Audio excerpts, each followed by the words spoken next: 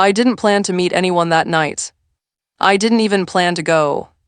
But I was angry at my husband, and sometimes anger makes you do things that feel like freedom in the moment and regret later. So when my friend Tasha texted me, "Come to this party with us, you need to get out," I said yes without thinking. I didn't tell my husband Mark. Not because I was hiding something. At least that's what I told myself. Mark and I had been married 5 years. He's a good man, the dependable kind, but lately everything he did irritated me. He worked late, came home tired, barely talked, and when he did talk it was about bills, schedules, or something stressful. I felt like I was living with a roommate who forgot he had a wife. That week we had our biggest fight in months. I told him I felt invisible. He said I was being dramatic. I said he never makes me feel wanted anymore. He said I'm exhausted, okay. Then he rolled over and went asleep like my feelings were just background noise. That was the moment I decided I needed air. Not a breakup. Not a divorce. Just one night where I didn't feel like someone's forgotten responsibility. So I got dressed in a way I hadn't in a long time. Makeup, hair, a dress that made me feel like the version of me from before marriage, before routines, before being Mrs. Mark. Tasha picked me up at 9. Music was already in the car. She screamed, "Tonight we forget men exist." I laughed like I believed her. The party was in a downtown loft, the kind with tall windows and neon lights. The moment I walked in, the energy hit me. Loud music, people dancing, drinks everywhere, that kind of chaos that feels exciting when you've been living in quiet frustration.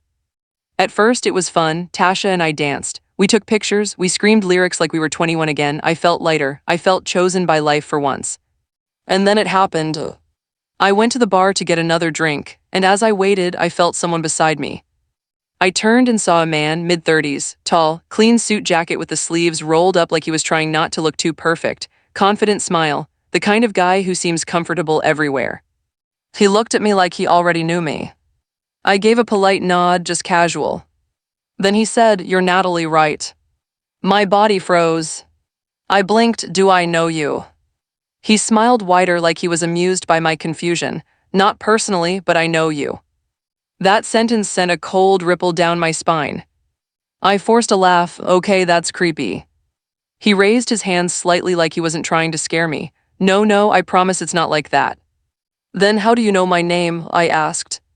He glanced around and leaned closer, lowering his voice so only I could hear. "Because your husband talks about you." My stomach dropped. "My husband," I repeated. The man nodded slowly. "Mark." I gripped the edge of the bar, my brain tried to catch up. "Who are you?"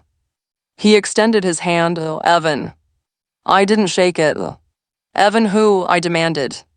He hesitated just enough to make the moment heavier. Then he said, "We work together, kind of." "Kind of." I stared at him, my heart now beating too fast. "Why are you here?" Evan took a slow sip of his drink and said, "Same reason you are, to get away from life for a minute." I didn't like his calmness. It felt like he was holding information like a weapon. I said, "Mark didn't tell me about you." Evan smirked. "He doesn't tell you a lot, does he?" That line hit too close to home.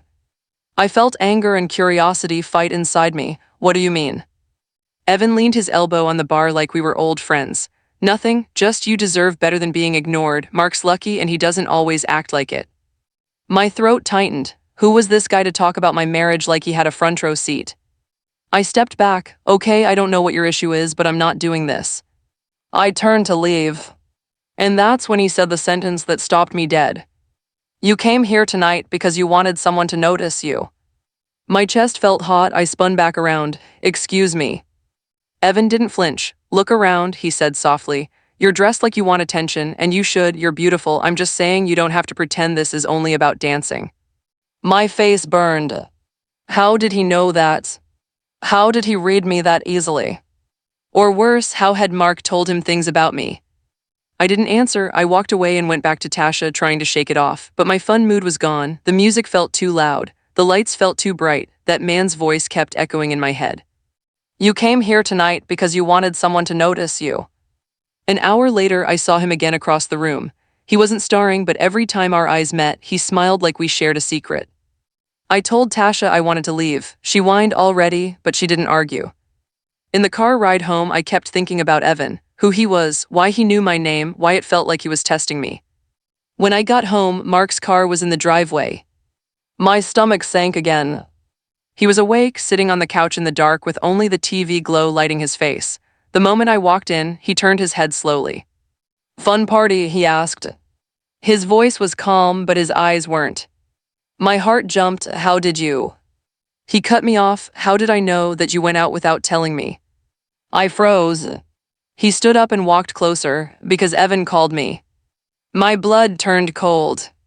Mark continued. He said, "Your wife is here." I stared at Mark, speechless. "Why would he call you?" Mark laughed once bitterly. "Because he's an idiot, because he thought he was doing me a favor, because he thought I should know the kind of woman I married." That last sentence felt like a slap. I snapped. "I didn't do anything." Mark's jaw tightened. "I know you didn't. Evan told me. He said you walked away. He said you weren't interested." I blinked. "So you trust him?" Mark's eyes narrowed. "No, I don't trust him. I don't even like him. But he's been warning me for months that you're unhappy." I felt like the air left the room. "What?" I whispered. Mark took a breath like he was finally admitting something. "He told me you'd eventually snap, that you'd go looking for attention because I've been neglecting you." My anger cracked open into something softer, hurt. "So he knew my name because you talked about me," I said. Mark nodded slowly. "I vented at work about stress, about how you deserved more than what I've been giving, and Evan took it personally." "Why?" I asked. Mark looked away for a second, then back. "Because he likes you, he's never met you, but he built this idea of you in his head." I felt sick. So Evan hadn't just recognized me. He had been waiting. He wanted to be the one who noticed me first. Mark walked closer. "Natalie, why didn't you tell me you were going?" Tears pressed behind my eyes. "Because you haven't been listening when I talk. I wanted one night where I didn't feel invisible." Mark's face changed. Regret softened his expression. "I'm sorry," he said quietly. "I've been failing you." The silence between us was heavy but honest. And in that moment, I realized the real danger was Evan at the party. The real danger was the distance in my marriage that gave a stranger a doorway into my life. I whispered, "I don't want attention from strangers. I want you." Mark nodded, stepping closer. "Then I need to start acting like it." That night didn't end with cheating. It ended with truth. Because sometimes the scariest thing isn't meeting a stranger who knows your name. It's realizing your own husband made it possible.